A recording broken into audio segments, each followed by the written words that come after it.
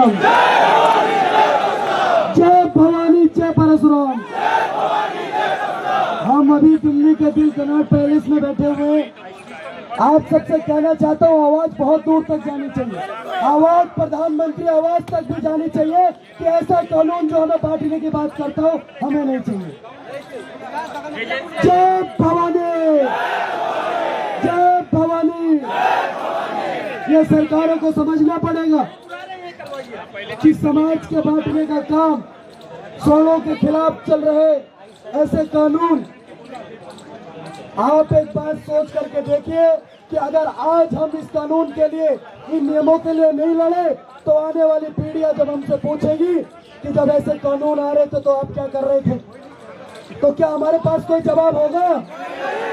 लेकिन आज जितने भाई अलग अलग क्षेत्र, अलग अलग डिस्ट्रिक्ट, अलग अलग प्रदेश से आकर के जंतर मंतर पर अपनी बात रखने का काम कर रहे हैं, इस लड़ाई में योगदान देने का काम कर रहे हैं, मैं इन सभी को प्रणाम करता हूं। और आप सभी हैं जिनकी वजह से आज स्वर्ण समाज जिंदा है, तो एक बार अपने लिए जोरदार तालियां बजा दीजिए, क्योंकि हमने एक चीज सीखी है, स्वर्ण एकता जिंदाबाद। मैंने एक चीज सीखी है और हम सबके अंदर वो चीज है, बहुत सारी चीजें डीएनए में मिलती है, तो डीएनए का भी बहुत सारा फर्क होता है। घोड़ा घोड़ा होता है, गधा गधा ही होता है। अगर खच्चर को रेस में खड़ा कर दोगे तो घोड़े की तरह भागेगा क्या? समझने का विषय। इसलिए मैं कहता हूँ कि उसूलों पर आ जाए तो टकराना जरूरी है और जिंदा हो तो फिर जिंदा नजर आना जरूरी है। आज यहाँ पर खड़े होकर के हम एक संदेश दे रहे हैं कि अभी स्वर्ण समाज जिंदा है, अभी हम मरे नहीं है। और मैं तो यहाँ पर खड़े होकर के बड़े विश्वास के साथ कह रहा हूँ कि अगर जिस दिन राम और परशुराम एक साथ आ गए तो धरती पर किसी को भी ये सोचना नहीं पड़ेगा कि हमसे आंख में आंख मिला ले। और मैं हमेशा से ही ब्राह्मणों का बहुत सम्मान करता हूँ, हमारे पूजनीय हैं। और मैं आपके साथ सामने एक बात कहना चाहता हूँ अपने पूरे समाज की तरफ से कि है विश्वास मुझे निजवाड़ी का, है राजपूत कुल प्राणी का, जो झुक जाए वो वीर नहीं है, दूध पिया छत्राणी का। आप आगे बढ़े, हम आपके साथ खड़े हुए इस लड़ाई को आर पार की लड़ाई लड़ेंगे।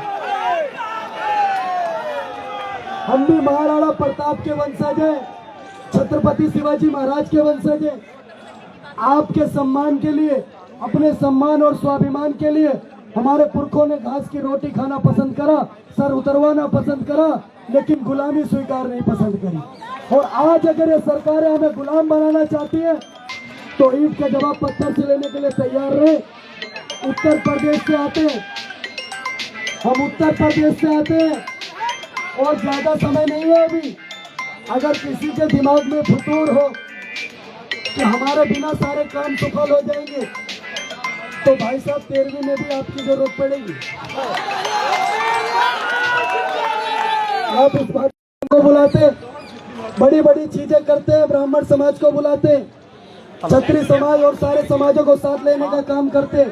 मैं कभी नहीं कहता कि हम एक समाज की बात करें या समाज को बांटने का काम करें।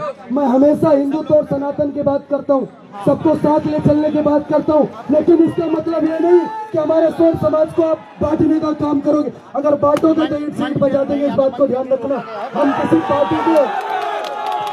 पार्टी के गुलाम नहीं है, लेकिन हम किसी पार्टी के गुलाम नहीं है। अपना हक हमें छीनना भी आता है और लेना भी आता है, तो सरकारों को समझना पड़ेगा। और आप सभी आज यहाँ पर आए उसके लिए बहुत बहुत धन्यवाद। मंच पर हमारे स्वर्ण आर्मी चीफ सर्वेश भैया बैठे, उनका भी बहुत बहुत धन्यवाद। श्री राजपूत करनी सेना के राष्ट्रीय वरिष्ठ उपाध्यक्ष भैया जितेंद्र सिंह चौहान बैठे, उनका भी बहुत धन्यवाद। और आप सभी माताएं बहनें जितनी बैठी, आप सबके चरणों में प्रणाम। आप लोग एक दिशा दिखाने का काम करें, एक छोटी सी चिंगारी लगाने का काम करें, उस आग को ज्वालामुखी बनाने का काम आपका छोटा भाई अभिषेक ठाकुर करेगा।